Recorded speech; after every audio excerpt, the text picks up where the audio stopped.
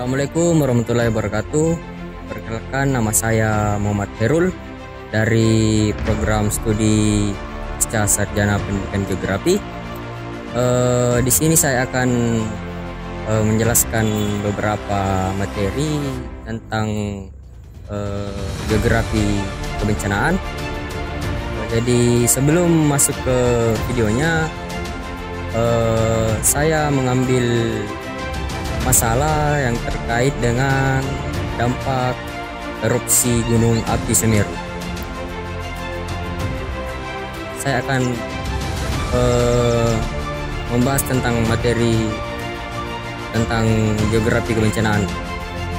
Jadi Indonesia itu merupakan negara dengan luas wilayah sekitar 1.905 km dan terletak di garis khatulistiwa. Dan Indonesia memiliki letak yang sangat strategis, yaitu diapit oleh dua benua dan dua samudra, yaitu benua Asia dan benua Australia, serta samudra Pasifik dan samudra Hindia. Oleh karena itu, Indonesia menjadi negara yang kaya sekaligus negara dengan risiko bencana alam yang paling kompleks.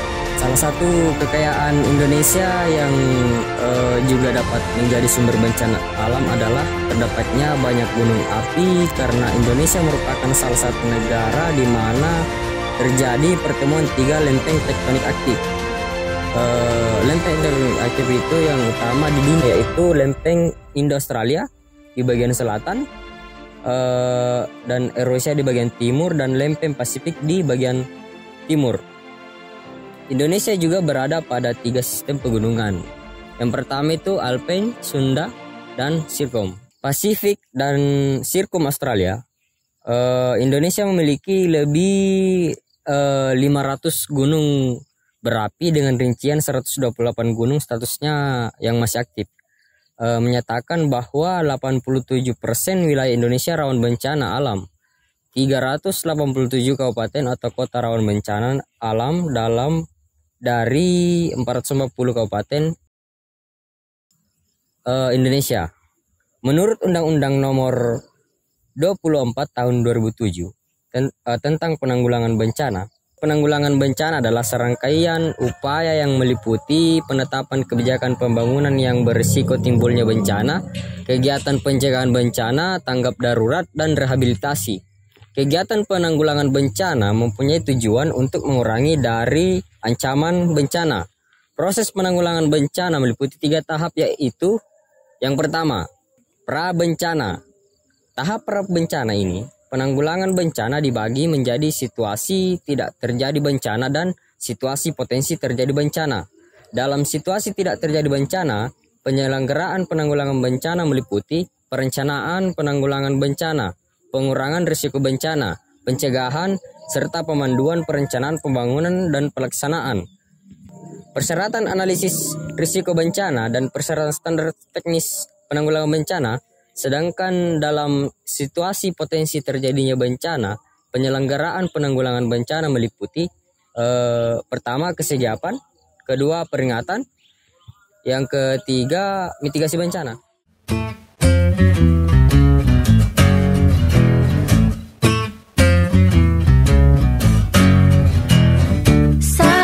Berjalan tanpa ragu, tanpa bimbang, takkan ku lepaskan engkau dari genggaman tanganku.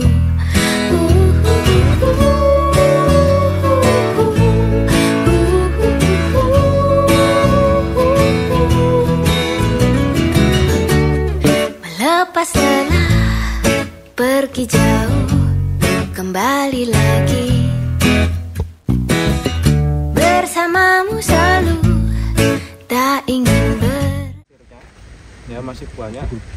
Terus tiba-tiba alarm di sini berbunyi di atas itu. Iya, aku nonton videonya nggak ada, tapi tahu statusnya. Lahar hujan datang dan benar hujan banyak banget. Nah sekarang saya datang ke sini, ini sudah habis, diambil. Ini tinggi sekali. Ini habis diambil. Nah dari situ saya jadi tahu, oh ini ada proses penumpuan di sini terus diambil lagi. Tapi kalau itu saya ada di sini ya. Tapi kalau saya nggak ada di sini, kita lihatnya dari mana? Lihatnya dari sini. Ya. Begitu ada letusan, ora iso neng dalam rumah. Nek di dalam rumah terus ambruk, omahe ngene Mas bentuknya. Tidak begini lagi. Iya nggak? Di Bromo itu sekarang rumahnya gini sob. Omahmu walaupun begini rumah kalian itu pasti. Padahal sekarang niru-niru neng Jepang neng luar omahe kotak-kotaknya nih. Padahal rumah kita tuh begini. Seperti pegunungan. Ya. Rumah Bromo aslinya begini. Turun nih lah. Sekarang begini ora iso. Berarti arep mangan entah. Kenapa? Ketika Bromo memberikan, gunung itu memberikan berkah, sayur dan sebagainya dijual, tukok ke sepeda, tukok ke mobil, iya enggak? Nah ambil enggak tukok ke jagung, bisa diamankan. Sekarang habis, kena hujan, maka dia menjadi aliran, namanya lahar hujan, numpuk di sini, plek. Hari pertama, hari kedua dia kena hujan lagi Pak, terus materialnya masih ada, numpuk lagi, berarti ada 2 kali toh? 2 kali endapan di sini. Dari 2 kali letusan atau 1 kali letusan? 1 kali letusan. Berarti tidak bisa ini lapisan ini menandakan jumlah letusan. Akibatnya berapa sekarang? Langsung nah air kan ke bawah. Si lubang besar itu ya. Jadi sekarang kita berada di kaki Gunung Semeru.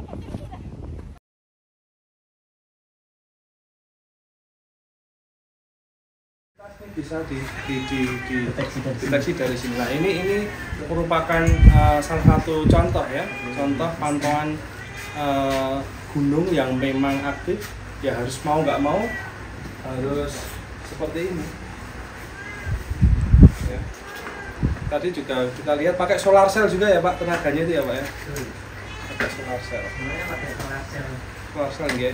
Jadi bisa berjalan. Enggak ada energinya.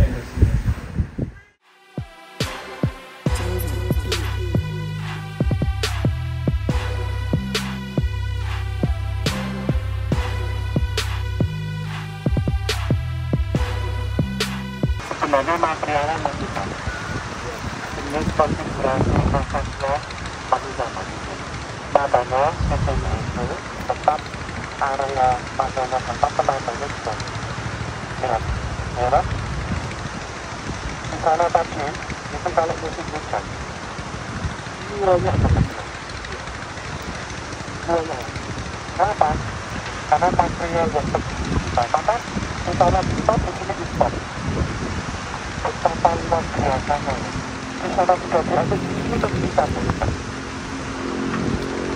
Nah, kasusnya Merapi 2010 selama 5 tahun sampai 2015 itu masih tidak berubah. Di sini ini, jadi 2021 kita besar ini, lihat materialnya luar biasa. Nah, ini masih kira-kira dari atas tadi. Ya, kalau berkaitan dengan larutan, ini masih tergolong berkah. Karena yang atas tadinya, pasir itu akan panas. Pasti tanah api itu ya. Kalau larutannya atau mencolok ke tengah-tengah. Itu awan panas itu. Nah, tak terlalu hujan. Ini dalam turun lereng padat bagian yang tanah masih di area sungai, itu masih tergolong. Tapi nanti akan kita lihat di titik selanjutnya apakah masih menjadi berkah atau menjadi efek. Ya, ini. Nah sekarang cara administrasi ini berada di mana? Tempatnya banget. Nah ini gampang kan? Pasang ngomong-ngomong, transformasi jembatan. Tapi mencetak jembatan. Jembatan apa sih? Besuk ngobokan. Nggak ngerti itu. Besuk ngobokan itu tangan nggak ngerti kan? Belakang merah. Batang merah kan? Ya. Orang mungkin nah besok ngobokan itu malah orang ketika ya Iya. Baru namanya. Lempeng perak dulu ini Pak Sudarno Herlambang. Nah, kena kakaknya itu sebar ini. Pak Sudarno Herlambang di sini. Karena Pak Sudarno tangan aja. Yang naik nonton dari sini, pengen itu. Dari kalau Pak Sudarno itu tidak nyana. Pak Sudarno dari Malang ke sini. Sampai ke sini terus tidak mulai. Oh ya. Iya ini. Semoga saya dodoran terus tidak pulang. Turing namanya. Ya, ini aktivitas seperti ini teman-teman semua bisa dideskripsikan ternyata memang luar biasa aktivitasnya. Dengan adanya lahar ini semua beraktivitas. Ini kalau nggak ada lahar, nggak ada material, stop semua. Pembangunan juga bisa stop juga. Ya, kita berpikir ke tetapi Anda berpikir begitu di sini. Nanti tak ada kesimpulannya, saya ingin lihat pemikiran Anda seperti apa. Pas ini masih bagian dari Semeru ya? Bagian dari Semeru, ya. Oke. Berarti kalau yang ini letaknya di mana kira-kira? Di lereng bawah, Pak. Jadi di lereng bawah itu mungkin definisinya bukan titik, tapi area, Pak. Titik, tapi area, paling jelas. Oke. Yang lain kira-kira? Ini sudah berbeda atau masih sama? Sudah berbeda. Sudah berbeda. Berbeda kenapa? Kemiringan lerengnya juga semakin mandai. Semakin mandai, terus? Yang lain lagi? Apa yang membedakan? Atau masih sama? Lebih banyak di sana? Oke, yakin? Material. Berarti yang kita bedakan sama sebenarnya yang kita mau mendefinisikan langsung teknologinya, penggunaan materialnya. Ya, sekarang kita lihat karena nggak bingung juga ya. Kira-kira yang kita rasakan saja lah, karena kita nggak bawa alat seperti ini. Anda tadi dari lereng yang tadi titik pertama ke sini, kira-kira Anda gratis atau enggak? Tidak. Okay. Hai guys, kita berada di sekitar sekarang namanya Sukoboan ya, tetapi kalau dulu orang menyebutnya yang namanya Gagak Perak. Nah, seperti apa kondisi sekarang di tahun 2023 bulan Oktober tanggal 13. Yuk, kita lihat. Simak videonya. Kita jalan-jalan dulu guys. Melihat kita bisa lihat ya Mas ya. Sekarang secara topografi tadi kita bandingkan dengan tempat set pertama tadi, kira-kira seperti apa Mas? Yang tempat pertama tadi itu di sini materialnya lebih banyak ya. Yang tadi kan mungkin longsoran di situ lebih banyak. Longsorannya lebih banyak. Iya. Kalau yang sekarang di sini Mas Arif, apa bedanya tempat set pertama dengan tempat set yang sekarang? Bedanya kalau sekarang ini di bawah, yang tadi di atas, Mas. Oke. Kalau Mas Nandar, Apa? perbedaannya? Beda stop set pertama dan kedua. Mungkin dari segi aktivitasnya, jalannya mungkin lebih aman di sini ya daripada di sana. Oke. Karena di sini juga sekarang. Dari penambangnya di sini juga lebih banyak daripada yang di sana. Apa beda? Mungkin- Kalau kita melihat dari materialnya seperti apa Mas? Materialnya terdiri pasir dan bongkahan. Yang dominan bongkahan apa pasirnya? Mas Fairul? Gumuk. Hah? Pasir gumuk. Pasir gumuk. Ya. Oke kan? Mantap. Jadi ini tadi beberapa perbedaan singkat ya, hanya sesaat Oke, saja. siap. Lebih jelasnya lanjutkan ke video berikutnya. Yang kedua, tahap tanggap darurat. Menurut Undang-Undang Nomor 24 Tahun 2007, tanggap darurat bencana merupakan rangkaian kegiatan yang dilakukan pada saat terjadi bencana untuk menangani dampak yang ditimbulkan dari bencana tersebut. Dalam tahap saat tanggap darurat ini, penyelenggaraan penanggulangan bencana meliputi pengkajian secara cepat dan tepat terhadap lokasi, kerusakan sumber daya, perlindungan terhadap kelompok rentan, penyelamatan dan evakuasi masyarakat terkena bencana, penentuan status keadaan darurat bencana, ke pemenuhan kebutuhan dasar dan pemulihan dengan segera prasarana dan sarana vital. Dan tahap ketiga, pada tahap ini penyelenggaraan penanggulangan bencana dilakukan dengan cara rehabilitasi dan rekonstruksi. Menurut Undang-Undang Nomor 24 Tahun 2007, rehabilitasi adalah perbaikan dan pemulihan semua aspek pelayanan publik atau masyarakat sampai tingkat yang memadai pada wilayah pasca bencana dengan sasaran utama untuk normalisasi atau berjalannya secara wajar semua aspek pemerintahan dan kehidupan masyarakat pada wilayah pasca bencana. Sedangkan rekonstruksi adalah pembangunan kembali semua sarana dan prasarana kelembagaan pada wilayah pasca bencana, baik pada tingkat pemerintahan maupun masyarakat dengan sasaran utama tumbuh dan berkembangnya kegiatan perekonomian, sosial, dan budaya, tegaknya hukum dan ketertiban, dan bangkitnya peran serta masyarakat dalam segala aspek kehidupan bermasyarakat pada wilayah pasca bencana.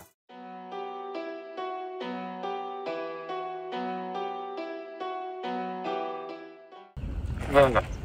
Ya. Kenapa ini bisa terjadi? Satu, morfologi sungai ya, itu mempengaruhi daya luap material yang dibawa. Jadi morfologinya gini, ya kan? Ini kan tinggi dari tadi. Dari sana tadi ada lahar hujan. Lahar hujan itu masih tergiring bolanya. Lahar hujan sebagai bolanya ya, masih digiring nih oleh morfologi sungainya. Ya kan? Banyak ya. Gitu masih tergiring. Gondol ini. Begitu morfologinya sungai berubah, secara simpel, tebingnya itu dari mulai tinggi menuju ke rendah. Ya. Dia nggak ada lagi yang menghalangi kanan kiri. Oh ya. Ketika dia meluncurnya cepat karena datarannya lerengnya miring, begitu dia seret gini, kemiringan lerengnya mulai datar, terus kanan kirinya mulai rendah, maka material yang banyak tadi seret, hus. Ini sing kena Pak. Ya. Rumah ya terkubur segitu. Ini rumah yang di sini. Berarti yang di sana lah terkubur Pak. Nggak pernah kebayangan Pak sampai sana itu. Hancur. Prosesnya sangat cepat. Ya karena hujannya deras, materialnya banyak. Ini dia. Mana kalau ngomong resiko ternyata justru kalau wilayahnya atau secondary hazard, jadi hazard bahaya gunung api itu ada dua, primary and secondary. Primary itu yang langsung, misalnya kena lava, pijar, kena awan panas, itu primer. Begitu gunung meletus, wes lava pijarnya kemana-mana, awan panasnya kemana-mana, set. Begitu lava pijar itu materialnya tertumpuk, dia selesai, set. Primary hazardnya selesai. Tumpuk kan? Ya. Datang hujan, dress, secondary hazard muncul. Lebih besar. Nah, ketika secondary hazard ternyata wilayah yang jauh dari gunung api malah berisiko tinggi. Oh ya. Kalau di atas sana tadi, yang tadi runtuh-runtuh itu awan panas itu. Ya. Tapi yang dekat dengan kita loh ya. Tapi yang kita lewati tadi juga lahar hujan. Karena dia terkubur juga materialnya kan. Tapi kalau yang tidak terkubur tapi hancur di atas tadi itu awan panas. Tapi kalau yang terkubur hancur, yang kita lewat tadi sebelum belok kiri itu juga lahar hujan. Karena apa? Dia lebih flat tadi, lihat. Jadi area-area yang flat dan itu ada aliran, ya ada alirannya.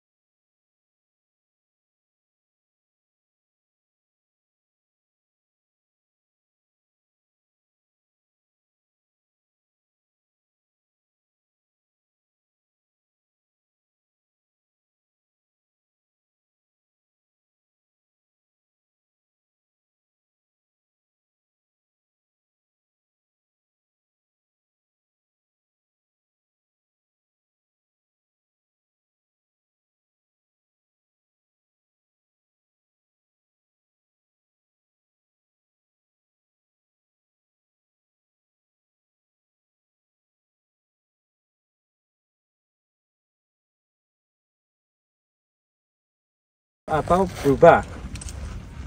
Berkah. Tetap berkah, Pak. Tetap berkah. Iya. Kenapa berkah? Ya karena sudah tahu sih. Demikian. Sudah tahu bahayanya. Ya. Ternyata ini ada sebuah sistem alam. Jadi memahami sistem alam untuk mengurangi dampak terhadap bencana itu sangat penting, teman-teman. Ini tadi Anda lewat sini mudah tuh. Anda nggak mengira yang Anda lalui tadi sungai. Berkali-kali saya membawa mahasiswa ke sini tanya gitu. Untuk lewat situ kami harus copot sepatu, copot sendal, akhirnya di ini karena situ sungai itu.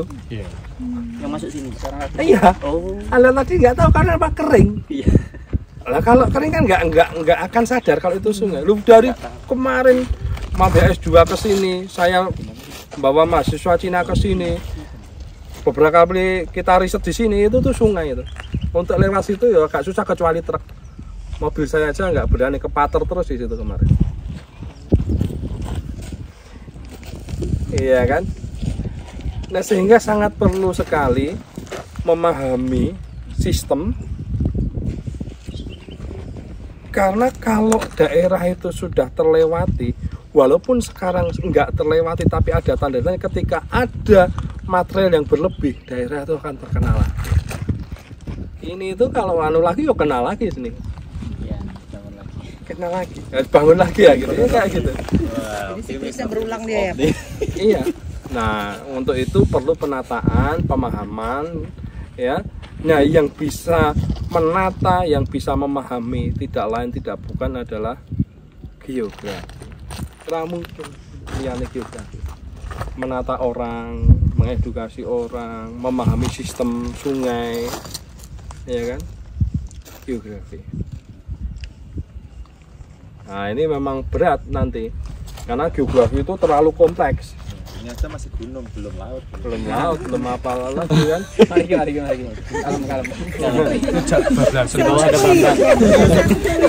Tetapi gunung itu menjadi utama ya karena wilayah Indonesia itu didominasi oleh gunung. Kita itu the highest number of volcano in the world.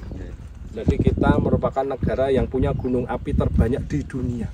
Bayangkan, di dunia paling banyak, Mas. 129 gunung aktif dan 500 gunung api di Indonesia. Wah, banget nang Jawa wis pira, Jawa Timur wah banget. Caranya cedak-cedak. Bayang nek meletus bareng-bareng jatuh. Karena tepuk tangan selamat ulang tahun. Iya. Mercon tahun baru ya Pak ya pasarnya. Nah, ini yang menjadi pemikiran kita bersama.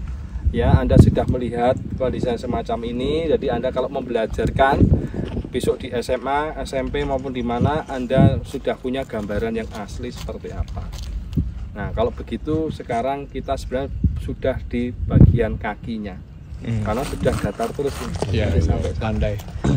Tapi yang namanya Allah Subhanahu wa taala dari mulai lereng tengah, lereng bawah sampai lereng kaki sudah dibagi.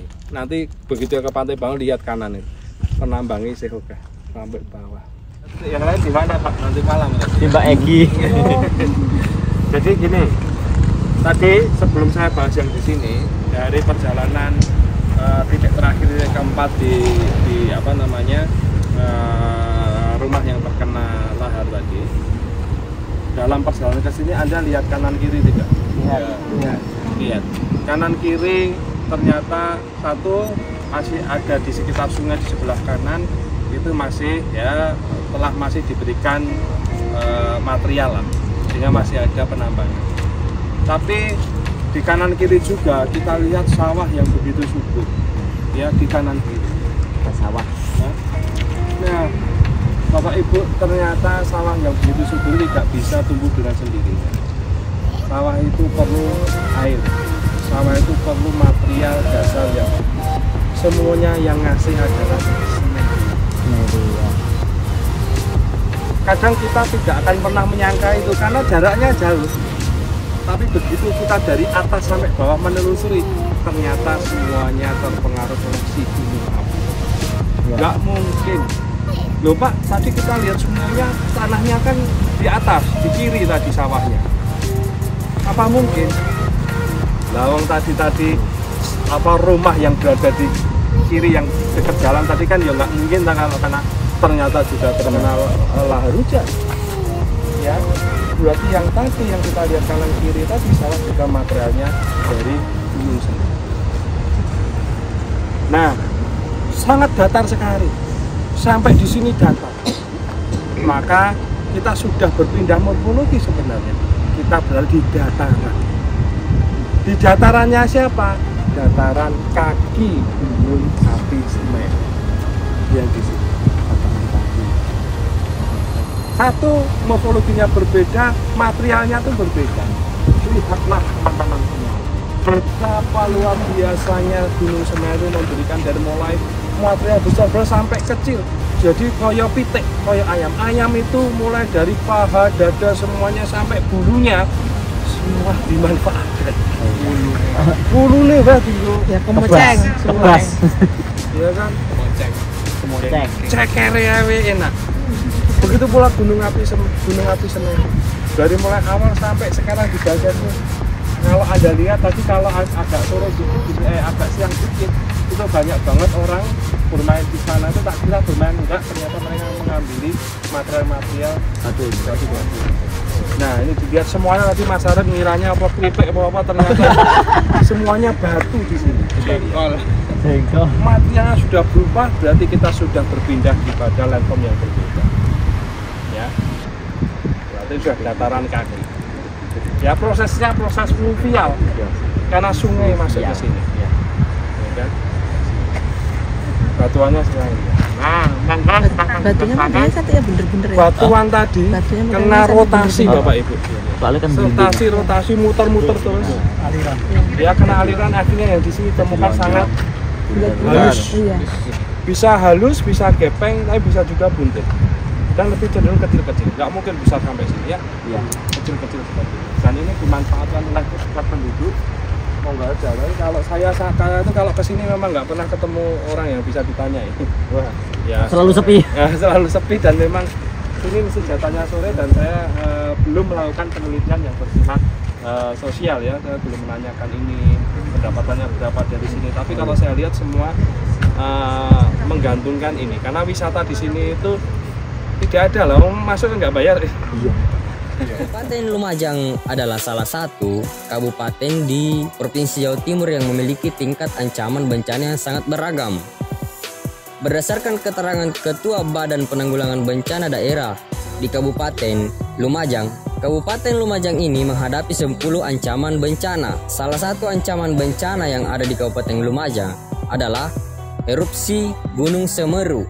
Gunung Semeru mengalami erupsi pada 16 Januari 2021 dan yang terakhir pada tahun 2022 ya, Desember. Pada saat terjadi erupsi, peran Badan Penanggulangan Bencana Daerah sangat diperlukan. Peran Badan Penanggulangan Bencana Daerah Kabupaten Lumajang dalam erupsi Gunung Semeru adalah dengan melakukan upaya sesuai SOP yang berlaku.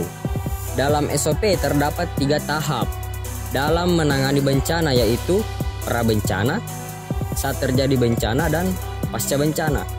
Salah satu peran dari Badan Penanggulangan Bencana Daerah adalah untuk berkoordinasi dengan berbagai pihak mengenai bermacam keperluan terkait tanggap darurat bencana yang sedang terjadi. Jadi itu teman-teman materi dan video terkait dampak gunung erupsi Semeru dan materi singkat dari saya. Kurang dan lebihnya mohon dimaafkan karena saya juga sebagai pemateri di sini bukan asli Jawa Timur, jadi mungkin ada keterbatasan dengan pengetahuan yang tentang gunung erupsi yang ada di Jawa Timur ini. Sekian, assalamualaikum warahmatullahi wabarakatuh.